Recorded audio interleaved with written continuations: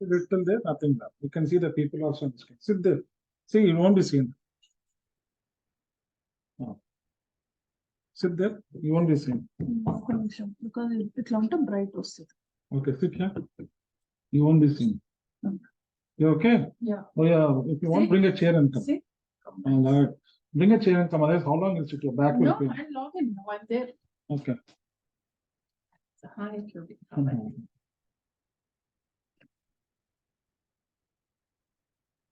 It's clean. Nobody's logging.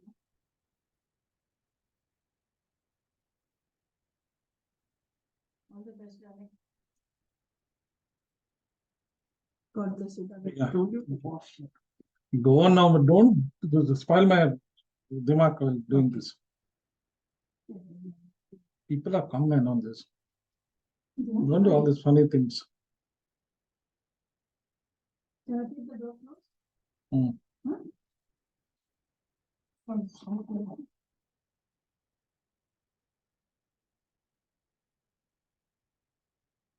Yeah, that's it. What do you need? Right. Yes, and now I also have a brother of mine, Brother Varghese, who's here. Last time also he had participated for the webinar on emotional intelligence. So I'm very glad to have you, brother. And he's also a wonderful person. He's guiding me a lot, and I learn a lot from him. Very spiritually strong person. So welcome, Brother Varghese. Thank you, Brother Praveen. God bless you. Thank you so much. We also have Mr. Anthony Itera, who is a brother of Brother Varghese. And you're welcome, Brother Anthony. Thank you, Mr. Praveen. All the best. Good wishes. Thank you so much. We have Sai Karthik Reddy, and I know him, and he's also made a fight back in life, and today he's doing well. So you're welcome, Karthik. Thank you, sir. Thank you. Mr. Celestian Paul is here with us. He is also a wonderful person. I just met him yesterday, and he has expressed keen interest, to understand this subject, which is so relevant today. So you're welcome, Celestian. Celestian, are you there?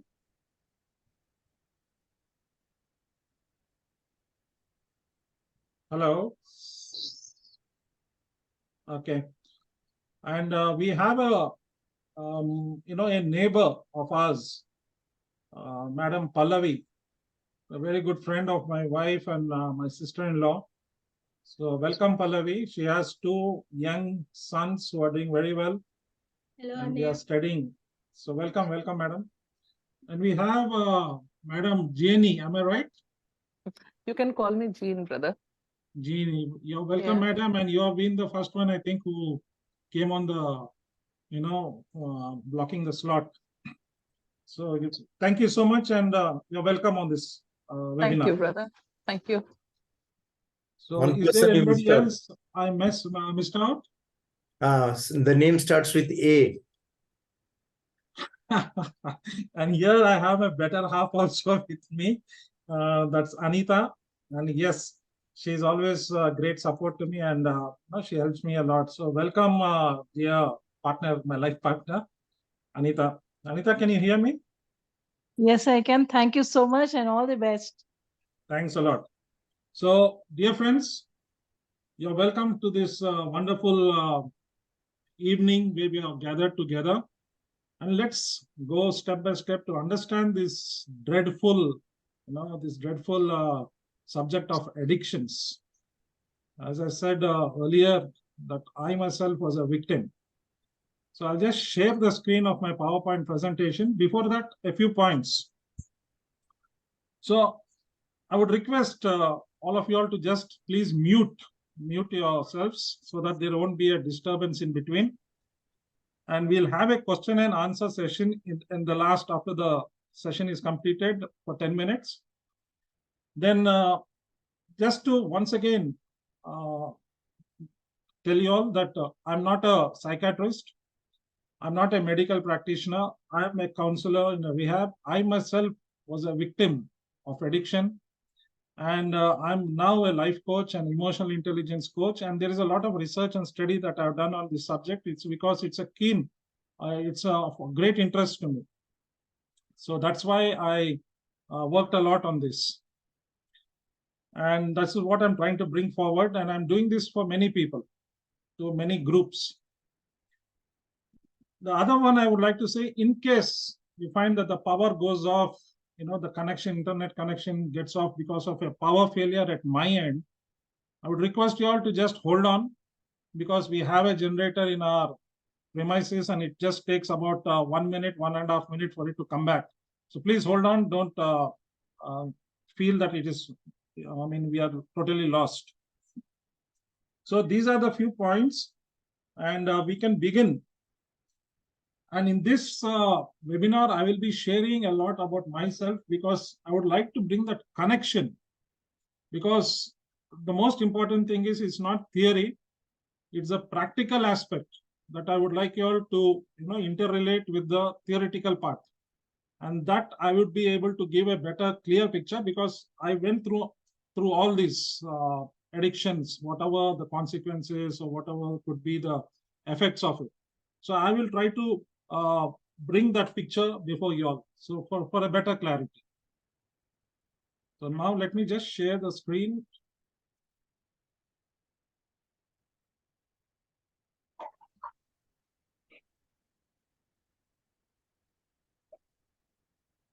Is it visible? Yes. Yes. Okay. So once again, a welcome from the Cornerstone. And the Cornerstone is a foundation which I personally started. I wanted to make a foundation whereby I could help people through counseling, through mentoring, try to impact people's lives towards change, because change from your present situation to a better, positive situation is what I try to attempt. The focus topic for today is addictions. So friends, once again, I'm Praveen Kerl and I'm a certified life coach and a counselor. To begin with, just a second, why is this?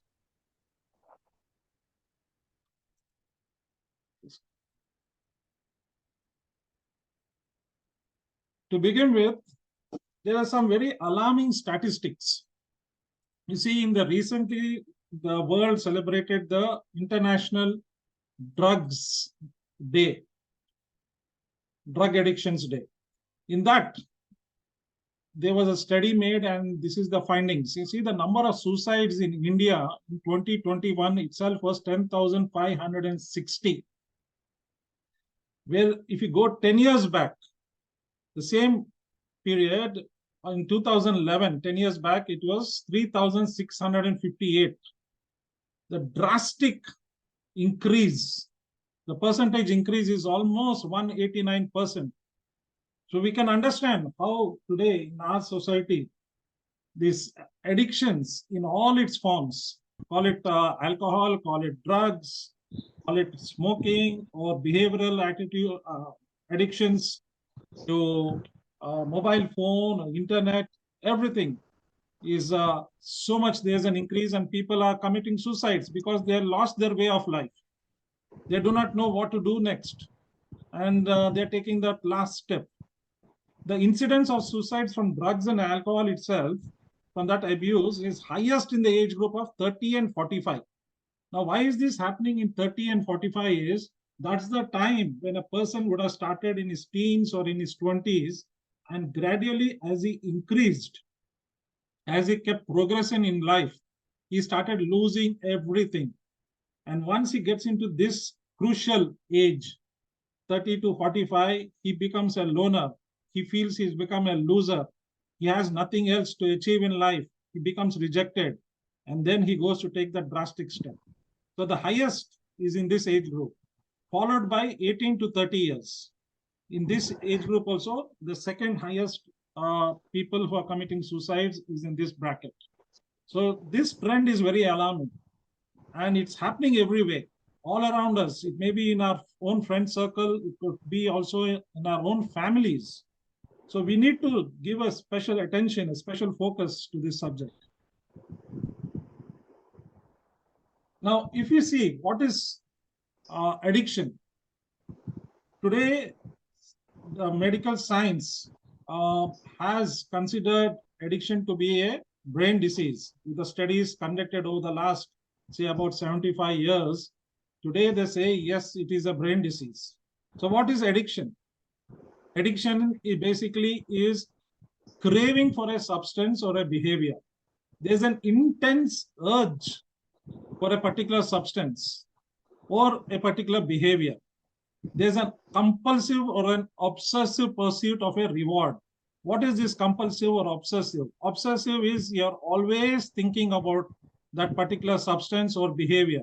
Your mind is totally fixed on that, and it is always pushing you that I need that particular substance or behavior.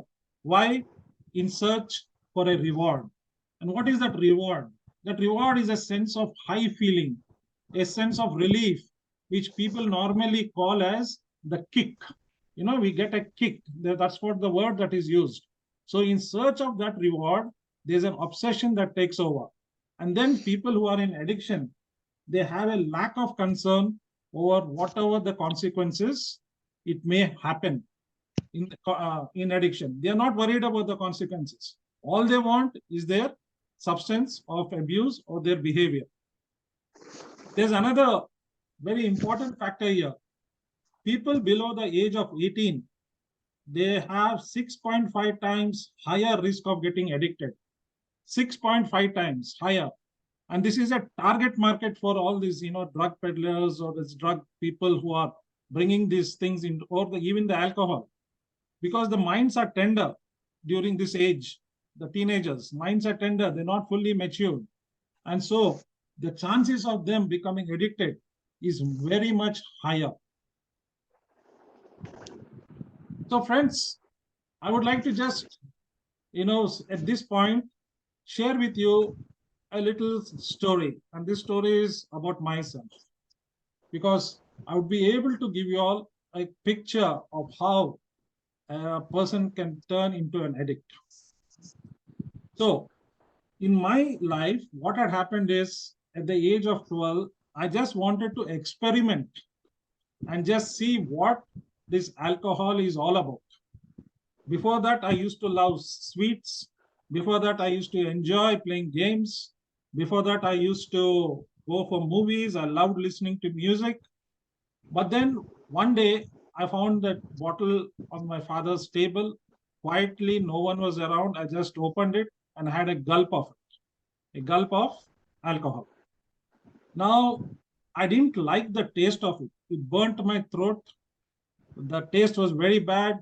And I was just thinking why people drink this and wow, how are they enjoying it?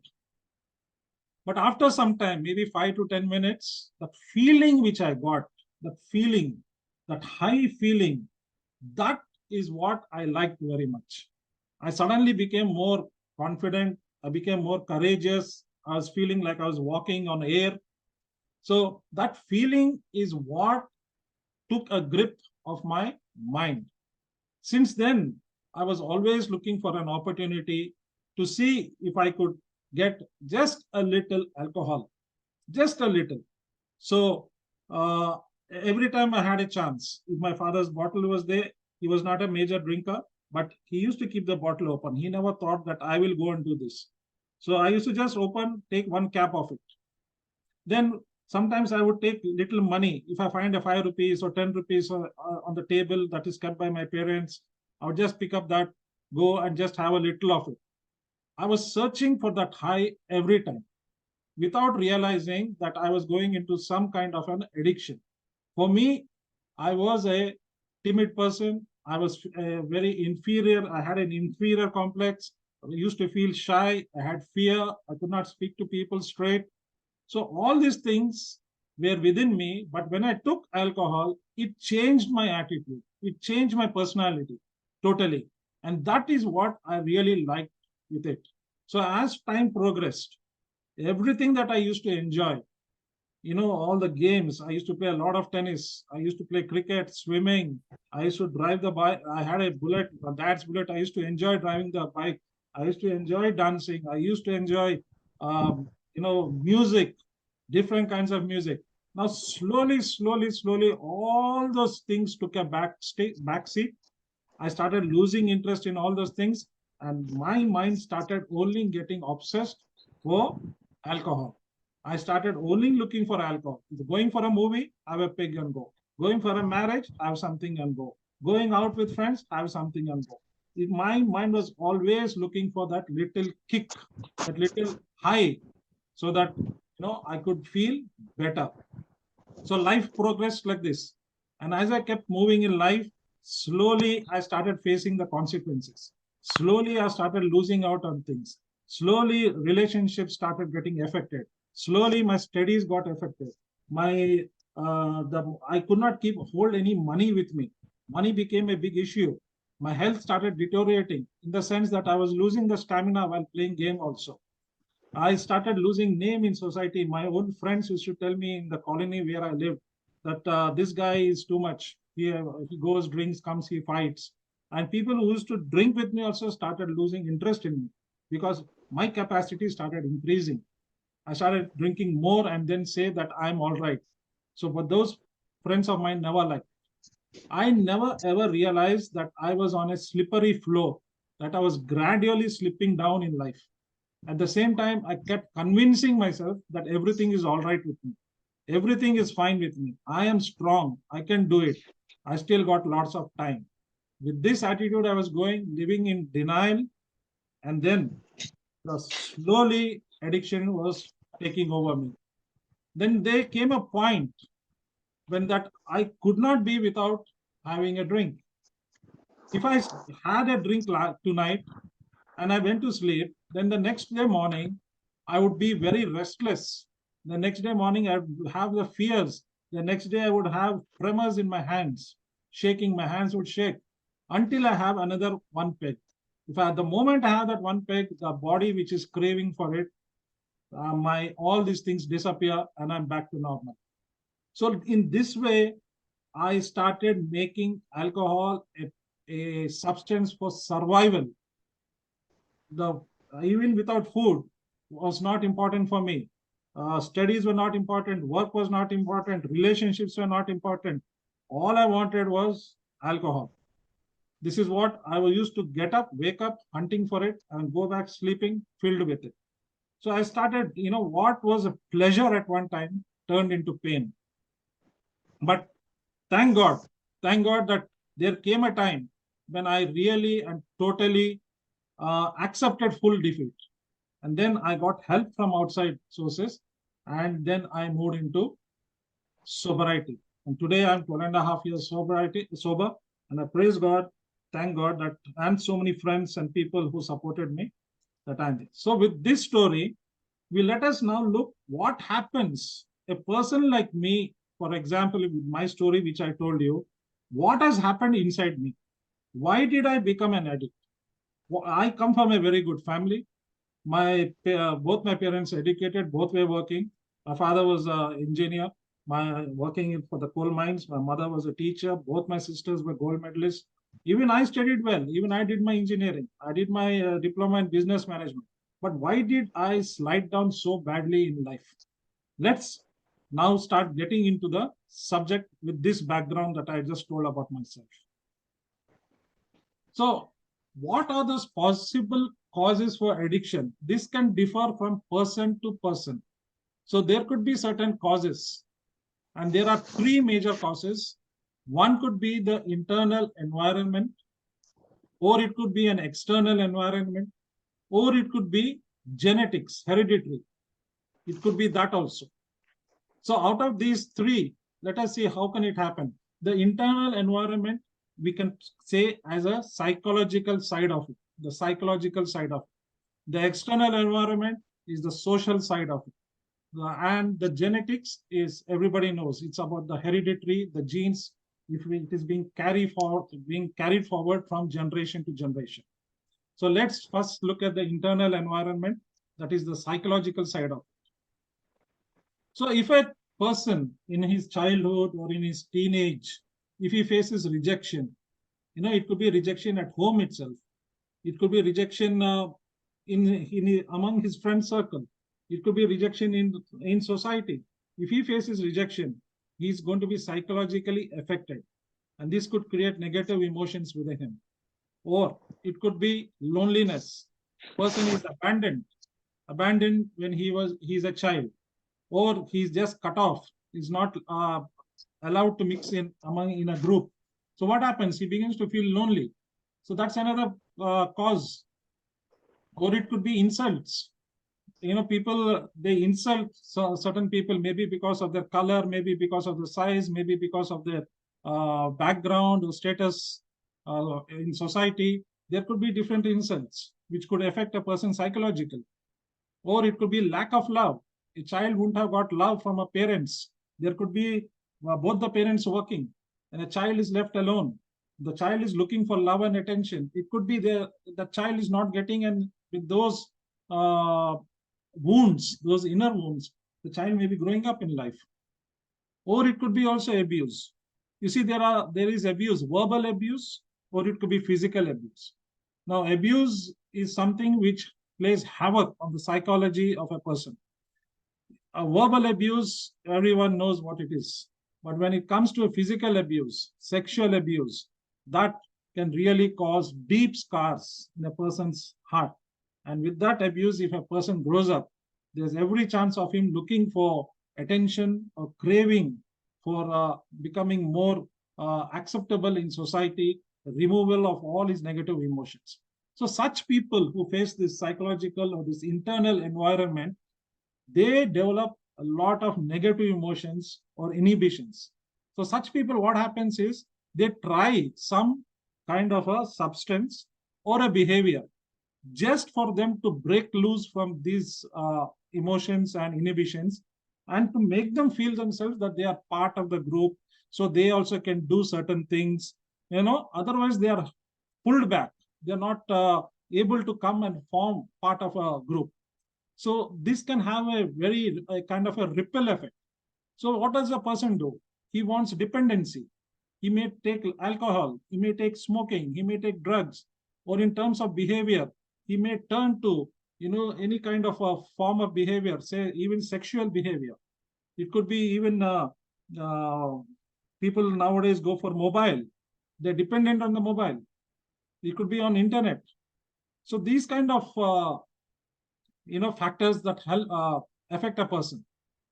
The second one is the external environment or the social side of it. So one is the lifestyle. These kind of people under external environment, in the social side, these are all hyperactive people. They are people who are doing well. They are people who are confident. They are people who are, study well, they work well. They are able to mingle around in society. They don't have any kind of shyness. They are all outgoing people. Now, the social side of it is the lifestyle. People can just go for experimentation. They would like to also experiment with alcohol or with drugs or with smoking or with any other activity. So one factor is lifestyle. Second is the peer pressure.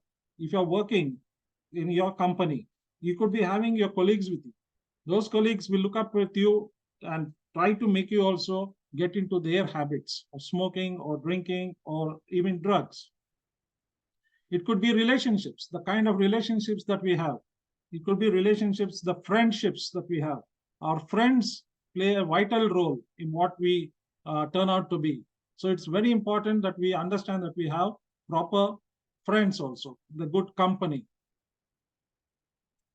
It could also be culture. Certain societies, certain countries, certain places, they have their own culture in which all this may be acceptable. Drinking may be acceptable. Even smoking may be acceptable. Sex may be acceptable. So culture also plays a vital role. And the status. Unless you hold a glass, you're not a status symbol. Unless you have a cigarette in your hand, the person feels, oh no, I'm not in that status level.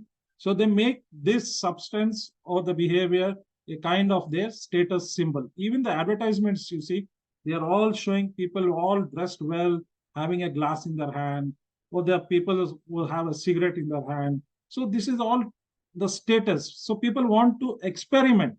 And when they experiment, there could be chances of them getting addicted.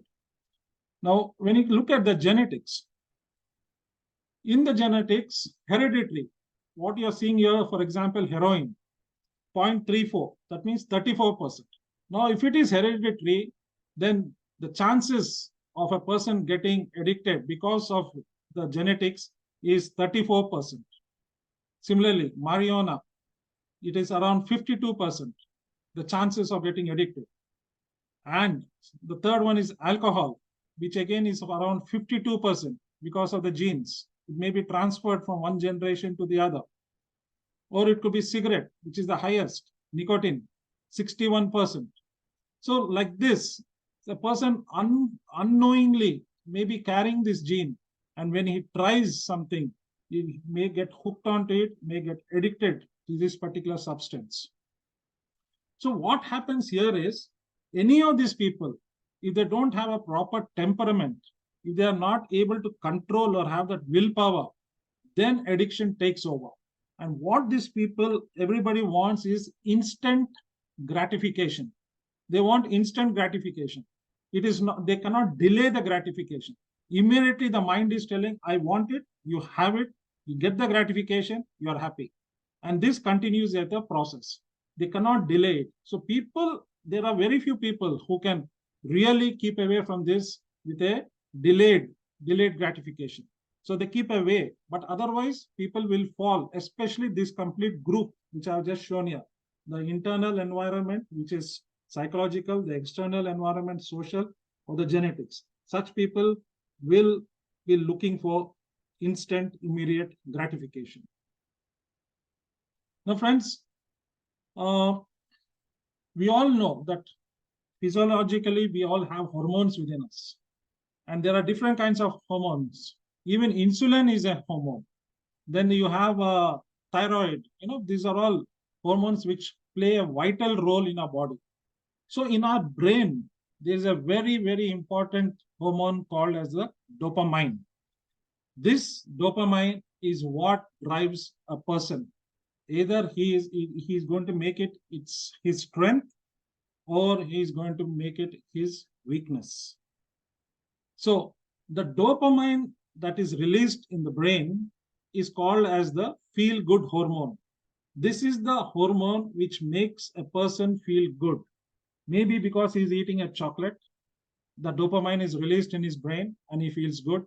Or maybe because he had a juice, or maybe because he heard some music, or maybe because he had some chicken, whatever it may be.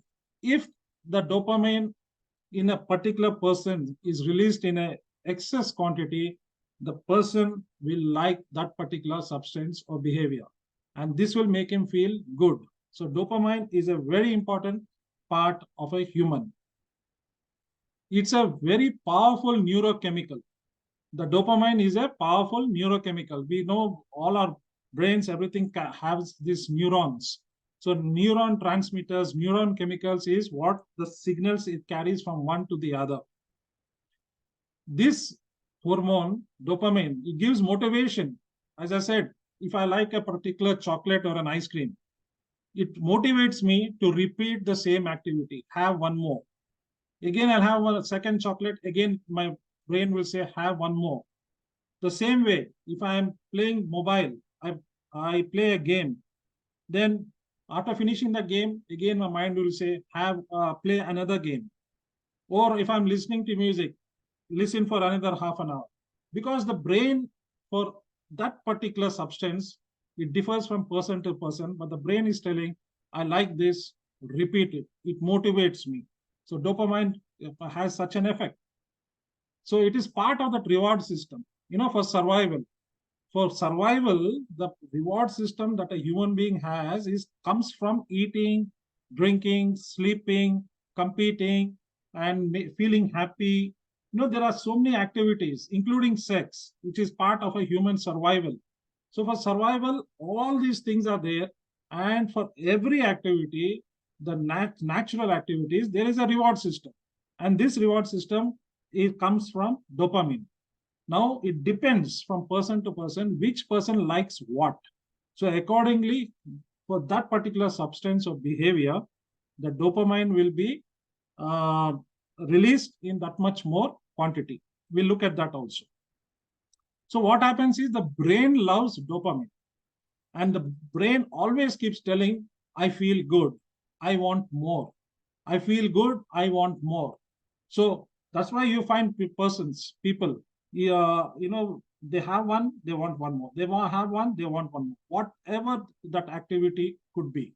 It could be alcohol, it could be drugs, or it could be as simple as chicken, it could be as simple as sweets, it could be as simple as, say, even gambling. Whatever it is, the mind, the brain, when it releases these high levels of dopamine with that particular activity, it says, I feel good, I want more. And this is what can lead to addiction. Now, there are also certain effects. If you have low levels of dopamine effects, having low levels of dopamine can lead to tiredness. When you're tired, you feel like doing something. Some people say, let me have a peg of alcohol, or let me have a smoke. I'm feeling tired. When the dopamine levels are low, there is unhappiness, there is lack of interest, there are low energies, low motivations. So when dopamine levels are low, and in case of very low levels, it can lead to depression. It can lead to restless leg syndrome. It means a person who's sleeping at night, his legs keep moving around. There is some kind of a tremor and he's uneasy. His legs are not relaxed. Or it can even be leading to Parkinson's disease, where the muscles are affected. So friends, now talking about dopamine, let's look at this. I tried to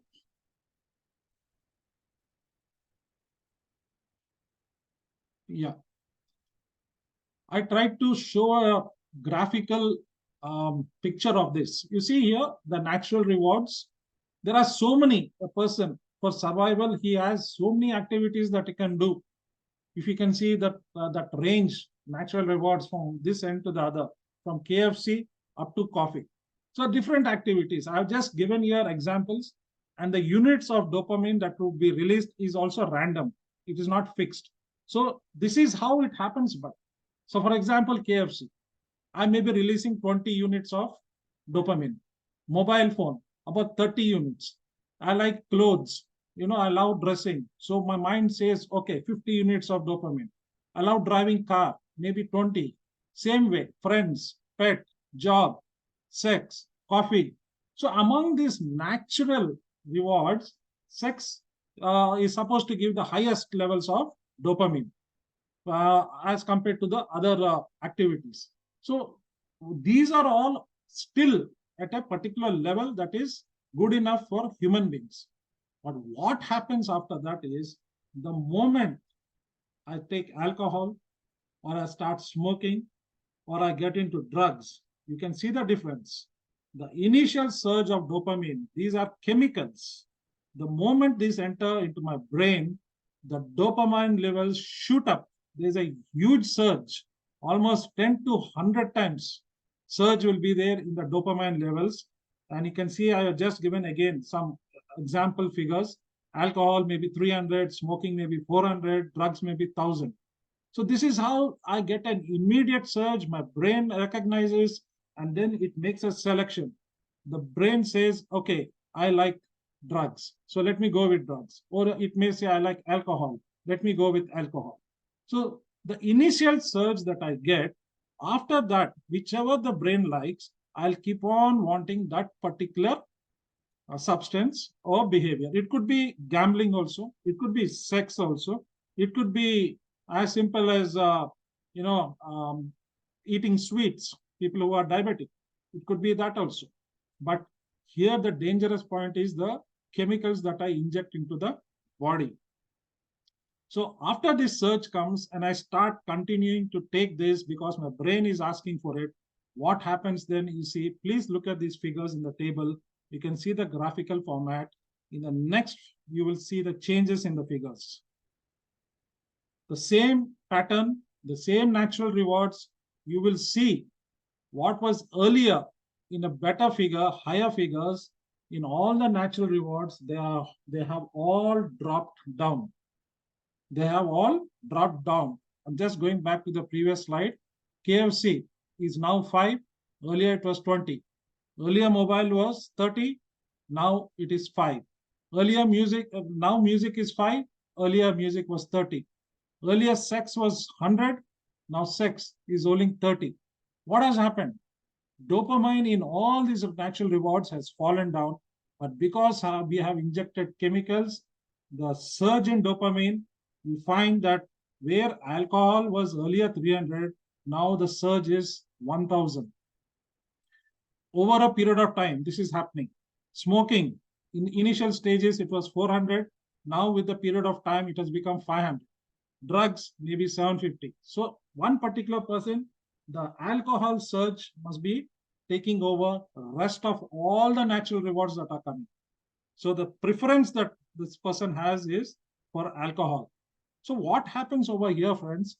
The natural rewards that you get from whatever for our survival, all that starts diminishing. The dopamine comes only from the substance of abuse. The choice of the substance is what takes over. The rest of it, we start losing interest. We start losing interest. We start losing interest in family. Start losing interest in the job. Start losing interest in friends, or even in sex.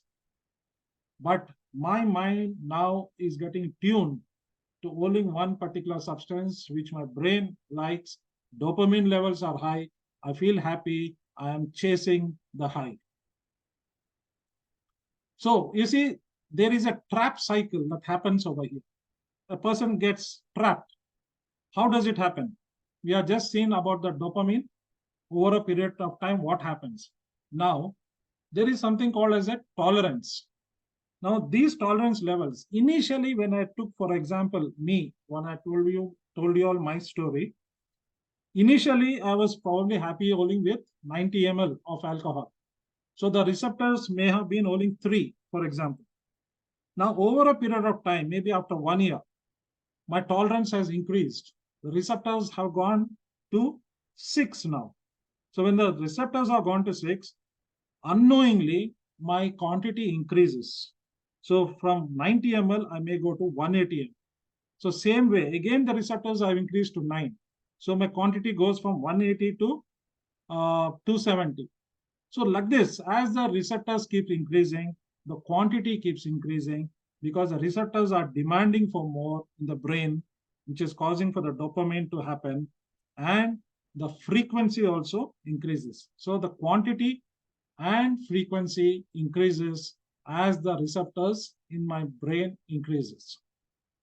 What happens after this? After this is, now I know that I'm drinking. For example, I drank full tonight. Now, when I wake up in the morning, all that alcohol would have come out through my sweat or through my urine or whatever it is. Now the body is asking, the receptors in the brain become hyperactive, and my brain is asking for the drink immediately. And if I do not drink, then I face the consequences. So it starts with the withdrawals. The withdrawals is the uncomfortable feeling that I have when I do not have that particular substance or that behavior. What happens is it leads to restlessness with these withdrawals, anxiety, sweating, tremors, irritability, anger, less hunger, sleep, lacking sleep, increased heart rate, etc. Dear friends, this is a horrible, horrible stage. I know this very well because I've been through this. It's the most horrible stage where I'll be looking for drink the next morning because my body is craving for it. The body starts craving, an intense urge that I want that. It could be a cigarette also. It could be gambling also. It could be mobile phone also. You see, early morning, somebody, first thing he does is pick up the mobile phone, starts surfing the net or looking into the WhatsApp or Instagram, whatever it is, because his mind is so much tuned. So that way, that intense craving comes in. Once that intense craving comes in, what happens is I'm so restless, I'm in such a bad condition that I want to put an end to it. What do? I'll go and repeat that particular substance. I turn back to that substance to reduce my withdrawals. When I turn back to the substance and reduce my withdrawals, I start getting trapped. So the first two is I'm reaching the high. I'm going higher. I want that kick. I want that kick. I want that kick, because my receptors are increasing without my knowledge. Second stage is the most painful phase, which is when one person experiences withdrawals. Now these withdrawals, as I said, is a very painful phase, and a person can really, he can go through hell during this period, which no one else understands why it's happening. This leads to intense craving, and then finally he's trapped. He's totally trapped. He does not know what to do then. Now this becomes his survival. No food, no music, no job, no family, nothing. All I want is my bottle. All I want is my pack of cigarettes. All I want is my gambling website. All I want is probably internet pornography movies or sex on it. The intense craving comes in, and I'm trapped in that. So this is where the vicious trap cycle happens. So there's just a small picture. You can see how a person, there are certain withdrawal symptoms. This same substance or behavior, which once gave me pleasure, now it is pain and misery. I used to drink for pleasure, but now I'm drinking, or I'm smoking, or I'm doing a particular activity is to get out of that pain or misery. Pleasure has gone, pain and misery has come. I'm repeating that particular action because now that has become my survival. So you can see sweating, depression, restlessness, tremors. I faced a lot of these tremors. I could not hold a cup of coffee properly. My hands would shiver. Sometimes with so much of drinking, I would not be able to walk in the night times. I would have hallucinations. I would see all some kind of white figures. I'd be sweating. My pulse rate would be high. I could not sleep. I will just get up and sit on the bed. I'll walk around. I was afraid of lying down.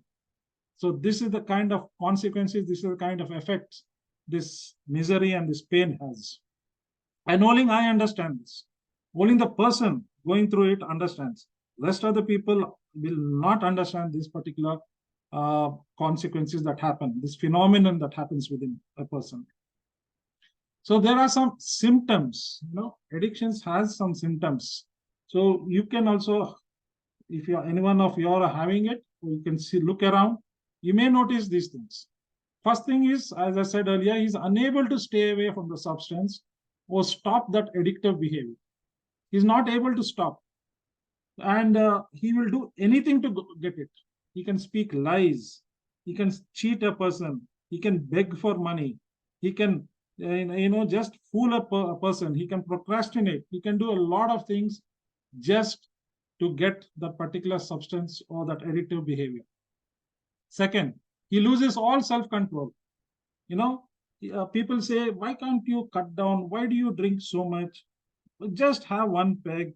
No, only the person who's struggling understands. He cannot. We just seen about this dopamine, what kind of effects it has. He just cannot stay away and control that particular substance or that addictive behavior. Second thing, he loses all his priorities. His only priority now remains his addiction, his family, his career, his money, finances, his health, society, even God. All the priorities get washed away. His only one focus is to get that particular substance or that behavior. Then there's an increased desire for that substance or behavior. His desire keeps increasing. Even you see a person will have one quarter, he'll say, no, I want some more. I need some more. I need some more. You can see it happening. A person just maybe 1 year back, He would have just once a week or during a particular function. But in a 1 year's time, you'll see him having almost every evening his desire for that substance. And this is happening because of what we saw, that intense craving, which has come from withdrawals, and then because of the hyperactivity of the receptors, and because of lack of dopamine. The brain is asking for more and more. He's not bothered how his behavior may be causing problems. He becomes selfish. He becomes self-centered. He's just not bothered about his loved ones. He's not bothered about what people are saying. He's not bothered what is happening to him. A totally self-centered and a selfish person he becomes. He lacks an emotional balance. Very easily he gets irritable. He just can't sit down properly in one place. He can't sit in a group of people. He's always found fidgeting, irritable. You can find him getting frustrated. The anger levels are go up. He has bursts of anger which he shows on people. And there's also certain people, you can see the sadness in them. They'll be sitting in one corner, or they lock themselves up in a room. They have that sadness within them. A total breakdown of the emotional balance. And there are people, hallucinations. You can hear sometimes people in their own room sleeping, and in their sleep itself, they may be, shouting or screaming, or they say that I can see somebody, or they're talking some other weird things. These are all hallucinations, imaginations that come, and that puts a great amount of fear. It's a horrible feeling when you have these hallucinations. So these are some of the addiction symptoms. Now there are some types of addictions. The major types of addictions are the chemical. There are two types. One is the chemical, and under chemical you have tobacco, you have drugs, you have alcohol. These are so dangerous. You see, chemicals these are. What does chemical do to a body? We know about phenyl, we know about rat poison. These are all chemicals. They are prepared and processed in such a way to accomplish a particular task. Now, similarly, alcohol is made in certain proportion so that it is safe for a person to drink. Drugs are meant for some other purpose. Tobacco is there from ages and centuries. These are all chemicals. And our body is nothing but only a biological tissue. Imagine what will happen to the tissue or our internal organs when you keep feeding it with chemicals. We are definitely going to get badly damaged.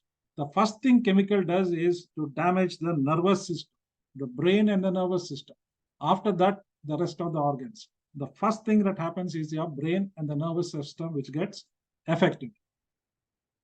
Then you have the behavior. You have gambling. These days you see the kind of websites are coming, the advertisements which are happening. There's something called as Rummy, there's something called as Dream Level. I work as a counselor in a rehabilitation center. With the people there from the age group of 15 to even 60, 65. You have people who are addicted to alcohol. You have people who are addicted to, drugs, smoking. But there are people who are addicted to gambling also.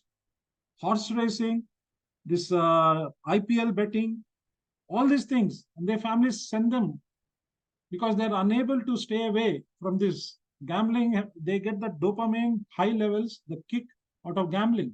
They want to more and more and more and more is what they keep looking for. Same way sex. Sex is a behavioral addiction. People are addicted to sex. Today, sex is so openly available on the internet, mobile phones. You will find youngsters sitting in the rooms, sitting late nights, watching all the pornographic movies which are so easily available on the internet. Now, what is happening is this is driving people. They lose focus in their lives. They're not able to focus on what their priorities are, and sex can become another great damaging behavior. People, since all are adults on this panel, so I can talk freely. People in a rehabilitation center, there were 1 or 2 boys who came because the parents brought him that they could not keep away from masturbation. From morning to evening, they would masturbate. They would not do their work. They would not come out of their rooms. They were having their mobiles, and they would be doing this particular activity. And that has caused them again nervous breakdowns. That has caused them again problems in their lives. Today, we have also the mobile behavior. I mean, a behavioral addiction in mobile phones. Mobile phone today, if a person does not hold a mobile in his hand, he develops a kind of some strange feeling, a weird feeling that he's missing out something. Mobile has become an extension of our body.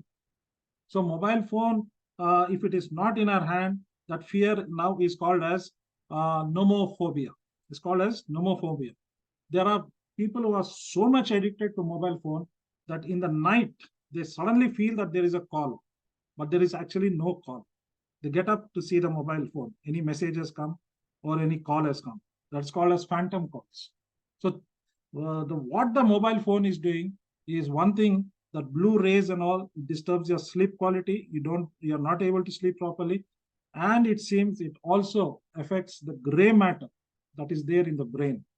It affects the gray matter, and that's why people, they slide down. They slide down in their studies or their focus of their jobs or anything like that. There are also people addicted to games, mobile games. We have in our rehab people who have got addicted to mobile games, PUBG, Blue Whale. There are stories that you hear, which is actually sometimes heartbreaking. Youngsters, teenagers, there are people also 25, 30, working earlier, but now addicted to mobile phone. Their performance, their productivity, their efficiency has drastically come down because of these addictions. Let's move on. Now, what are the major consequences that could happen because of all these addictions? See, a person who's addicted like this, either to some chemical or to a behavior, he loses self-respect. That's the greatest thing a person can have. One of the greatest assets a person can have is self-respect, self-esteem. But when he's cornered in this way, when he's not able to come out of his addiction, when he's questioned and when he's put down and pulled up, he loses all self-respect and he goes more and more into hiding. He loses all trust on his own self. Trust, people don't trust him also. He loses all trust. He breaks the hearts of his loved ones, parents, siblings, wife, children. All of them are affected so badly, and they all go through this vicious cycle of addiction, and they are also very badly affected emotionally. They break down crying. Their lives are also totally disturbed and messed up. They go financially broke. All the money they have, they spend only for one purpose, and that is for their survival. And today that survival is their particular addiction. The health deteriorates. As I said, if it is a chemical, your total nervous system, your organs get affected. If it is behavior, even that affects you, and your performance, your productivity comes down. Health totally gets hit badly. He loses jobs or business fails. Why? Because he's not able to focus on a job. I myself have faced this. I was not able to focus on a job. I would just go out only chasing my high. And in the process, what would happen? Performance is low, and then I'll have to quit the job because I'm not able to sustain over it. The society, the name a person loses in society. If he's an alcoholic or a drug addict, or he's a sex addict, or if he's a mobile addict, people start looking down on that particular person. He's not welcomed into society. People, this is where rejection comes in. They cut him or her off from the society. So you tend to lose the name in society, and people don't come close to you. Finally, he is not a spiritual person because he has lost all his morals and ethics. He does not have God in his life. He loses everything. He speaks lies. He cons people, cheats people. He does anything for his substance of abuse. And then finally, this creates despair within him. He becomes an hopeless case. He's filled with fear. He's filled with a low confidence. And there's so much of guilt within him. This guilt kills a person, that yes, that he knows it very well, that he is doing wrong. He knows it, but still his brain is making him commit the same thing over and over and over again. And that's why he becomes a desperate case. He is filled with fear and does not have confidence. So friends, what do we do now? Since we know that dopamine is there in our brains, which is released, and we need to, take control of it. So could we have certain activities that can make us increase our dopamine levels? So what it is told is we need to do activities that make us happy, other than the substance of addictions or the behavior. Other than those, we need to do some activities that will make us happy, to leave the substances and behavior. This could be a helpful tip. So you should have brain healthy foods. For example, even people, who are with gambling, or people who are diabetic, eating sweet, sugar and other things, they can easily come out of it if they only identify that what they need to do. They need to change their focus onto something else. So have brain healthy foods. They say that bananas are good. They have iron, they have magnesium. Magnesium, it leads to the happy hormone. Exercise, sports and games shoots up your dopamine levels. You do your exercise, go for a good morning walk, go for a jog, do yoga, all these things, one thing, it removes all the toxins from the body. Second thing is it shoots up your dopamine levels, and through the day you feel energetic. Through the day you feel happy and you are confident. Quality sleep is another very important. When you sleep well, you have your minimum hours of sleep well, dopamine levels increase. You can also have hobbies like reading, music, all this shoots up your dopamine. People can have pets. Pets is such a wonderful way, you can spend your time, because you share sometimes with the pet your own emotions. So pets is another way. And connecting with nature. God has created such a beautiful nature. Once you start connecting with the nature, your dopamine levels could increase. Now, these are few tips, but the important tip over here is doing our tasks, reaching our goals, completing tasks will give us a big kick. Suppose to keep our mind focused away from that substance or that behavior, if I start now doing certain tasks, and when I complete the task, it gives me such a kick. I feel such a high. I feel like screaming, Yahoo, I have done it. So that you've got to identify those tasks, create short-term goals, and in time, when you complete it, you feel like you are a winner. You have won something great. If that is giving you a high dopamine level, then one needs to also avoid procrastination. So what happens in procrastination? You tend to put off things. Not today, let's do it tomorrow. The moment you do that, even that increases your dopamine level. So what is happening? You say, today I'm free, tomorrow I'll do that work. So you're feeling that happiness. So when you start doing with all your tasks like this, start procrastinating, then you are getting into a unsuccessful loop, because all those tasks remain that way and you're not going to achieve what you thought of doing or achieving certain goals.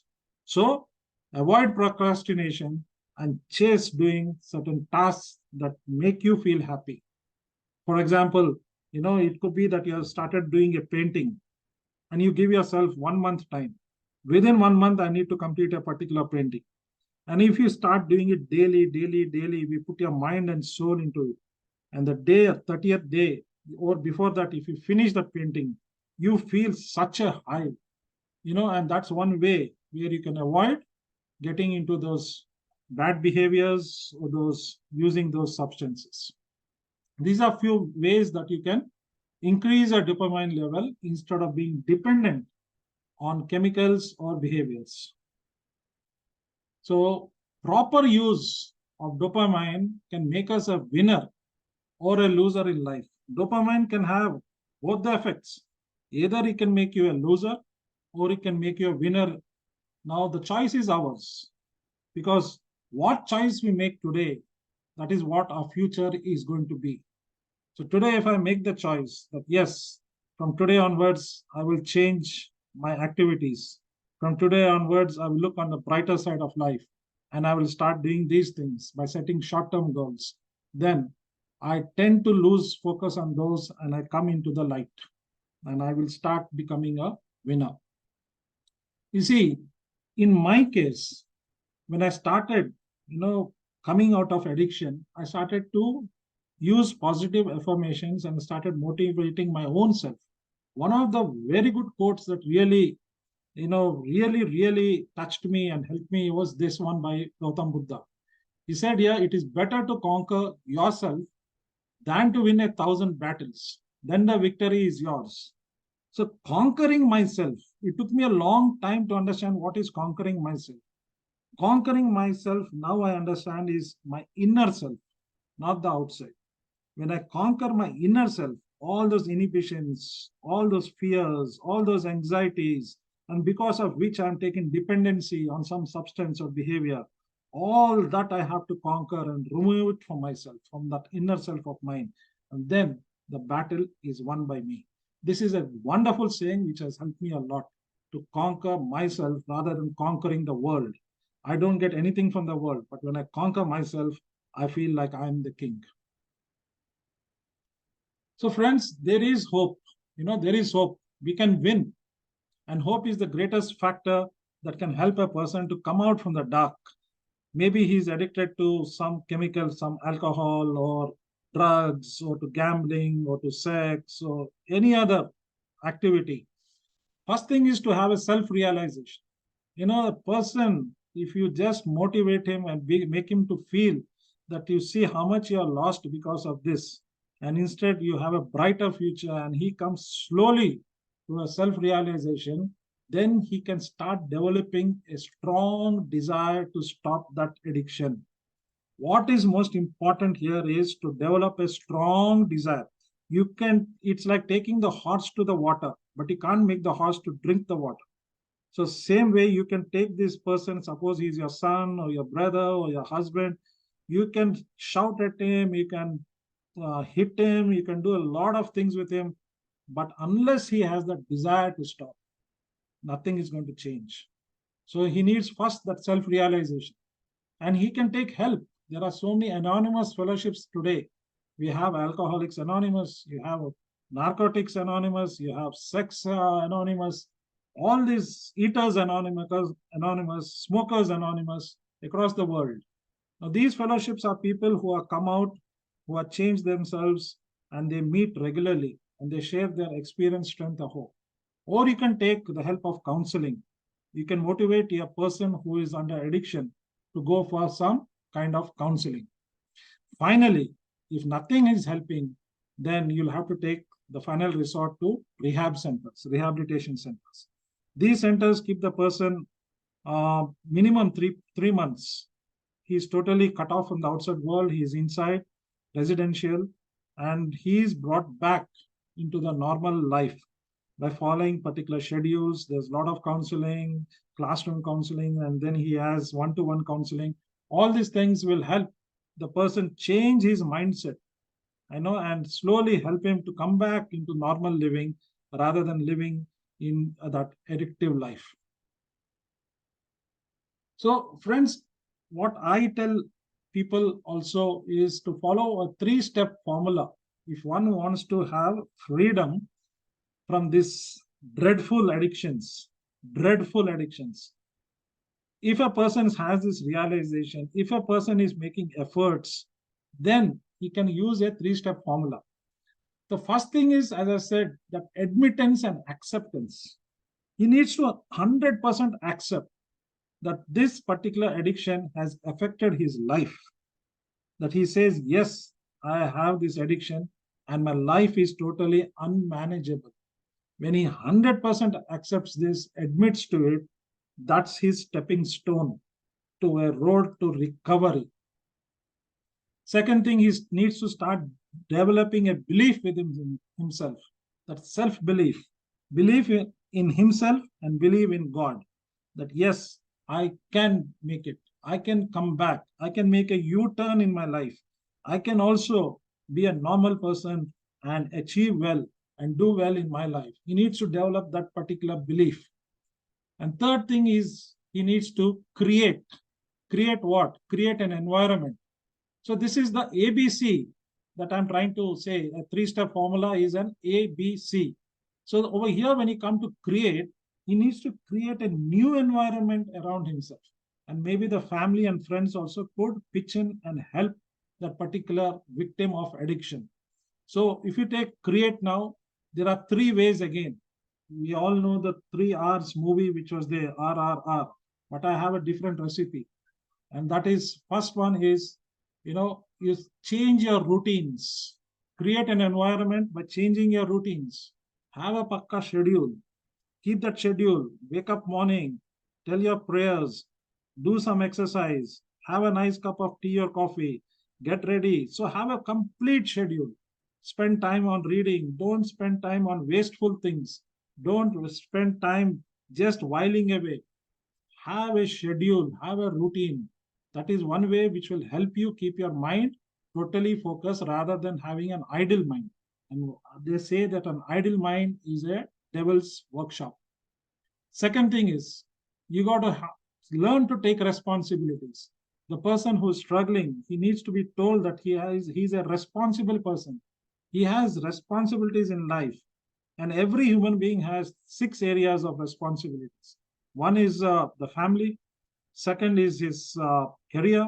Third is his finances. Fourth is his health. Fifth comes his society. And sixth is spirituality. So he needs to start taking responsibilities. If a person realizes this, that yes, because of me, my parents are affected. Because of me, everything remains as it is. And today, the shape of the house or the home is not proper. Everybody is struggling because of me. So I need to become a responsible person as a son, as a husband, as a brother, in society at large, at my workplace. I need to be responsible. This has to be counseled and taught into that person. And finally, the person should now start having new relationships, fresh relationships. The old is gone. No more old friends. No more having people who are negative, who keep pulling you down, who keep having that psychological effect on you that will create an emotional imbalance. You got to start living with the winners. These people need to start speaking to winners who have come back, from addiction and now are in life and doing very well. Such people can be their sponsors. Such people can be their mentors. And when a person, an addict, sticks with such kind of people, but naturally he is going to learn his ways, his hope increases, his confidence increases, he gets the courage, and he says, let me bounce back in life. So those were the few tips that I have given. Now, there are also certain suggestions for any addiction. We need to understand if your loved one or your friend or your relation is going through this, let us also look at the other side. So as I said earlier, try and see if we can seek help from any fellowship or a counselor or an institute. Friends, it is very important that you ask for help. It is not anymore a stigma or a taboo in society. There are so many counseling centers. There are so many anonymous centers. You got to ask help for the victim. Because if you don't ask help and you try to do it yourself, it's just not going to happen. That is an important thing. Second, understand the addict. Now you see all this that you went through, this entire session, by now I'm sure you would have understood the kind of pain, the kind of struggling, the kind of suffering that an addict goes through. And we got to understand that particular person because he is a sick person, sick in his mind because of this dreadful addiction. So how do we treat a sick person? We show him our love and care. We got to show our love and care. And believe me, friends, once that person develops confidence on his close people, he will start showing symptoms of positivity. He will start saying, I need to change. I want to come out of this. Please help me. And that can come through love and care. You got to have the patience to bear with him. Shouting at him, scolding him, putting him into some kind of a room, locking him up, he's going to make things even worse. You got to show that love and care. Don't be an enabler. Enabler is the addicts normally come and sweet talk into a person. For example, a mother is there. The son who is addict can come and tell, Mommy, please give me 10 rupees. Please, please, please. Mother will feel sympathy on and give the 10 rupees, thinking that he may use it properly. But what he does with the 10 rupees, he will go and use it for his substance of abuse. So once you identify symptoms in a person, try not to be an enabler. Show the love and care and all that, but certain things, cut them out. Like, do not fund the person too much. Otherwise, you will find him going deeper and deeper into that vicious cycle. Now, finally, if uncontrollable, if a person sometimes getting violent, sometimes a person is just not behaving properly, then you may have to take assistance of a rehab and put him inside for a certain period of time so that he comes out and is able to face the world again.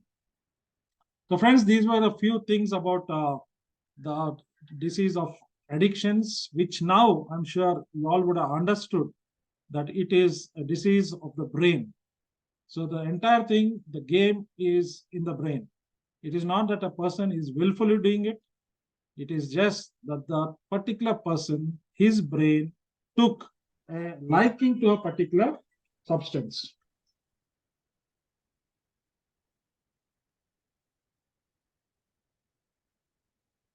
I'm sorry, there was a call, so I had to cut it. So this is what it is, addictions. As I said, it is not just to alcohol, drugs, or smoking. It could be to any other activity also.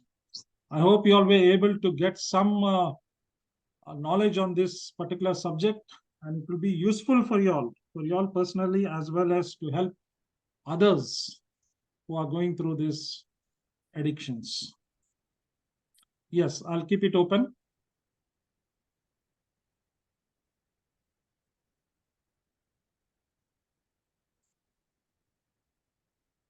Yeah, good evening. No. Hello, good evening. Yeah, good evening. Who's this? This is Venkatesh. I'm calling from Chennai. Yes, Mr. Venkatesh. I was actually looking forward to you. I think you I joined in a little late. But please tell me, sir. See, I would like to pursue, my counseling career in addiction therapy. Yeah. So, if you can, help me out in understanding what are the things I need to proceed in that area, to proceed in that direction. I think, that would be fine. No, That would be good.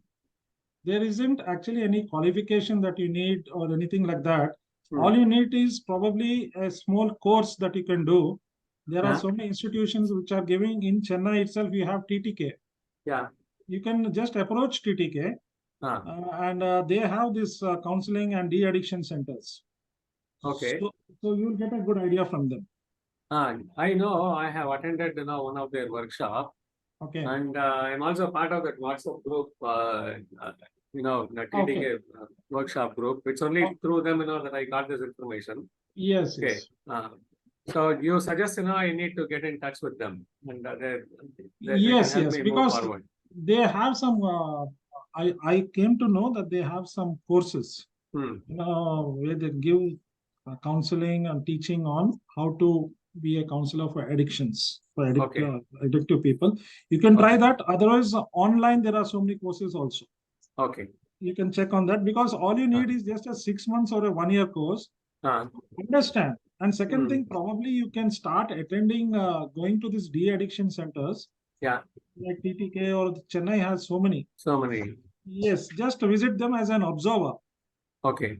When you go and understand how these people are in the rehab with different addictions, that will give you an opening in the mind. Second thing is, you can also approach some anonymous groups like Alcoholics Anonymous. Yeah. Okay. There are, you just type aa.org.in, or Okay. you can put Alcoholics Anonymous in Chennai. Yeah. There will be so many meetings happening. So Okay. you can visit those meetings also and request them to sit as an observer, Oh. and you will understand through people sharing how Mm. they started and what happened. Okay. First thing is to understand the addict. Then Yeah. you can use different theories or whatever it is. Okay. Yeah. So I have done my master's in counseling. And great, no sir. What more you need? That's okay. You need So- like probably only practical exposure now. Okay. Yeah. Wonderful, good, great sir. Thank you. Thank you. I hope this session was useful. Absolutely, sir. It was very nice. Thank you. Thank you, sir. Thank you. Anyone else? Praveen garu, it was an excellent session. You've taken us through the beginning to the end, Yes, sir. the causes and how we can go about with it, and the suggestions that are possible. Yeah. Very nicely presented. Thank you very much. Thank you, Anthony, brother. Anyone else has any other queries? No, that you want- Praveen, it's a wonderful session. You started with your own story, and it is very well linked and all that. And you have really detailed in terms of the reasons and how to go about it very systematically, and very nice. I appreciate. Keep it up. Thank you, sir. See, the main thing here, my intention was once awareness comes in, people understand. Most important thing is to understand the addict. True, Second true. thing is the people who are associated with that addict, people who are struggling with a son who is addicted, or with a husband or a brother who is addicted.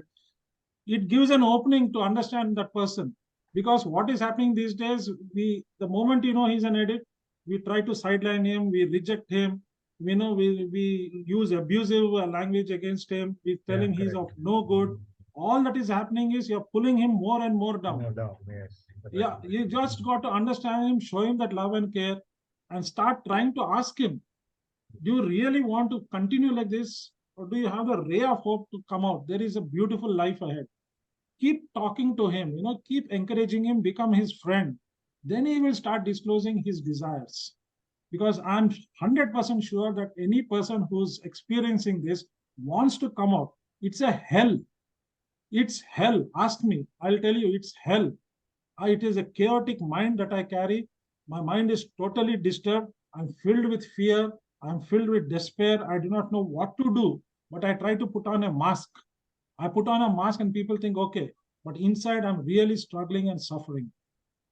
So it's very important that if we understand this, we can help others too. Wonderful, wonderful. Keep it up. Yeah. Sai, Karthik, are you there? Hi, sir. Hi, sir. Yeah, was it clear, Sai? Yes, sir. Yes, sir. Good, Karthik. Nice. So keep it going. You're doing very well. I'm glad. Thanks. And Celestian, brother, how are you? And was it useful? Celestian Paul, are you there? I think there was a message stating that he couldn't use the mic. Okay. Okay, fine. I'll check with him later. Janie's sister, was it Yes, okay? Yes, I was wanting to make my comment on it and waiting for the others to finish.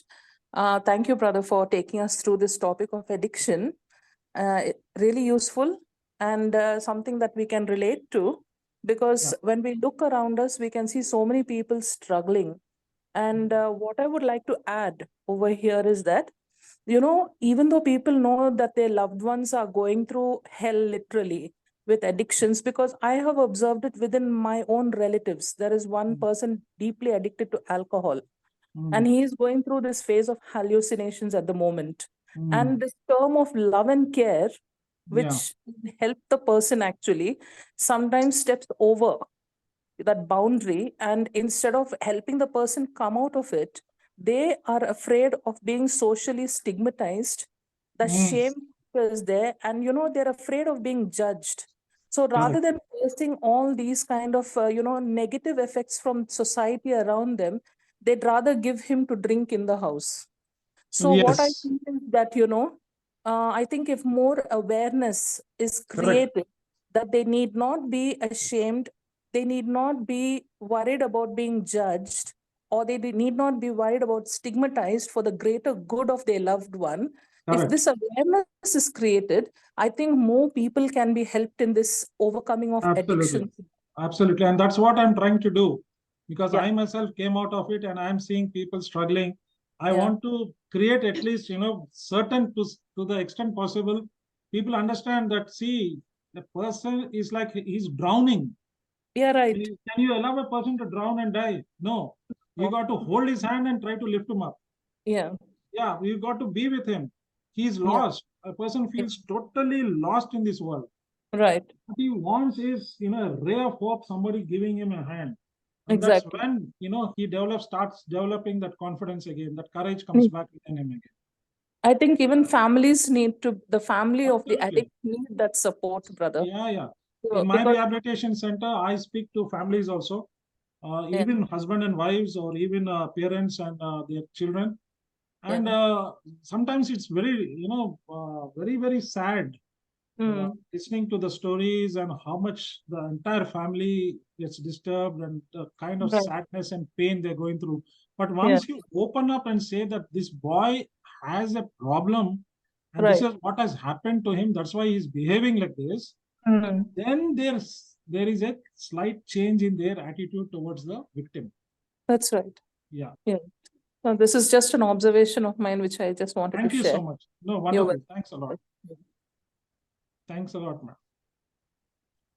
Thank you, Whereas, brother. you see, the one more thing that happens here is I may be knowing all these things.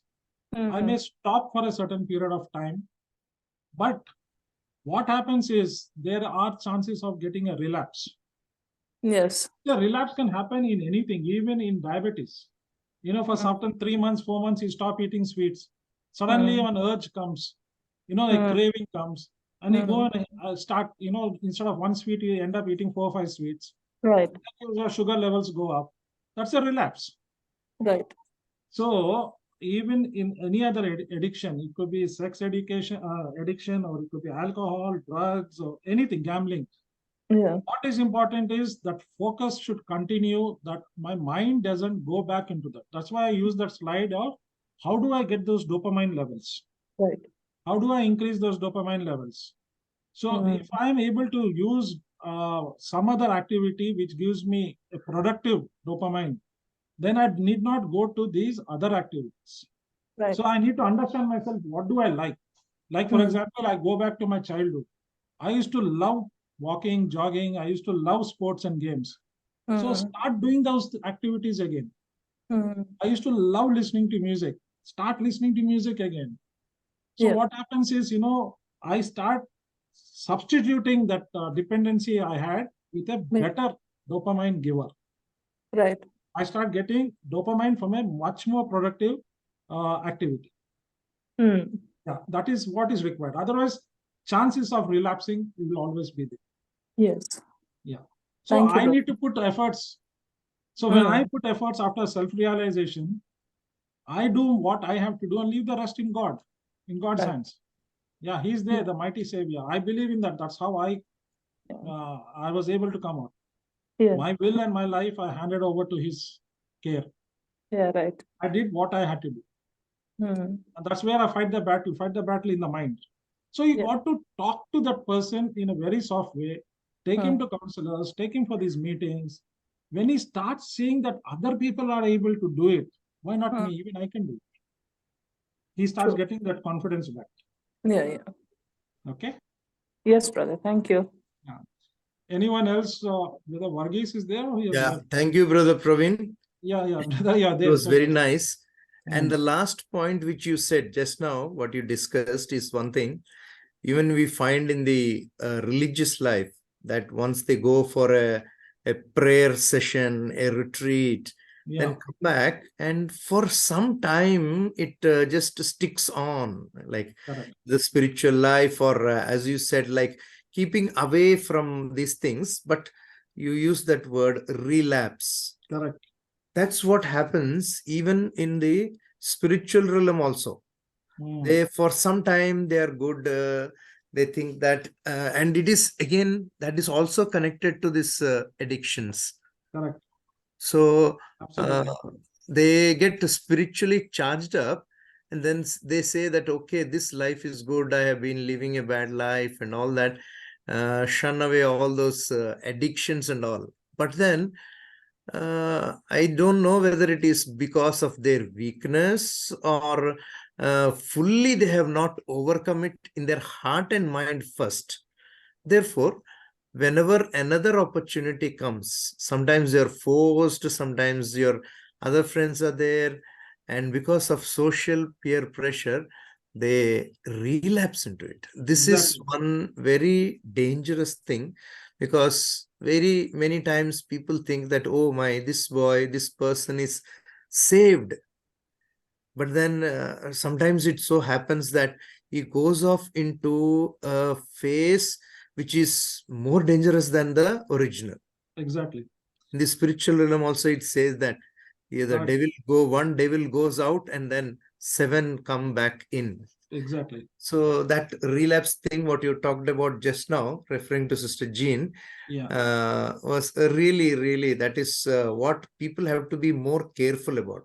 Because once they stop something, they relax in the mind sometimes, and then the attack is more severe. Thank That's you so why, much, yeah. brother. No, it's wonderful inputs that you're given, brother. That is why I've given that one particular slide. I said the 3-step formula to come into freedom. So first one is when you accept 100% that, yes, I'm totally affected with this addiction. My life has been damaged. That is a stepping stone. Second one is belief, self-belief within yourself. Third one is where you can avoid relapse if you create a new environment. When you say you create a new environment, new routines, push away the old, get a new schedule into your life, beginning from morning, what time you wake up to the time you go to sleep. Keep yourself entirely busy with proper good routines. Second one, your responsibilities. Start taking up responsibilities. When you start taking up your responsibilities, then you are performing at a peak level. Third one is your relationships. That's why you see in these addictions, we say don't go back to old people, old places, old things, because these things can remind you, and again you will want to get back to that high. So that has to go out, the new has to come in. So new relationships, stick to the winners. When you are with winners, with people who are doing well in life and come out of addictions and all, they can be no better mentors than them, because they will hold your hand and take you forward and help you all out. That's why that particular slide I given. Yeah, it needs a lot of mental strength to sustain. Sustaining is the difficult part. Yeah, one step at a time. Yes. One step at a time, one day at a time. That's all. That's the formula. Thank you, brother. Yeah, thank you so much. So I would look forward for you all to give your feedbacks on WhatsApp. And that will also help me any ways that I can improve or what you all liked about these sessions. And if you all can personally send me your feedbacks, I'll be grateful. Is there anything else that I can give answers to, or can we wind up? Dhruv? So, Gangeshwarao sir, anything you would like to add from the health point of view? Are you there? Gangeshwarao sir, you're there? I think probably he's moved out. Okay. Thank you, Mr. Praveen. Yeah. Thank you. Thanks a lot. Bye-bye. Thank you, everybody. Bye. God bless you all. And try to help people who are in addiction, please. Yeah, thank you. And if you all need any help from my side also, you're welcome. Okay? Yeah. Thank you. Thank you very, very much for joining this webinar. Thank you. Looking forward Means a to lot more for me. sessions. Thanks a lot. Thank you very much. Thank you.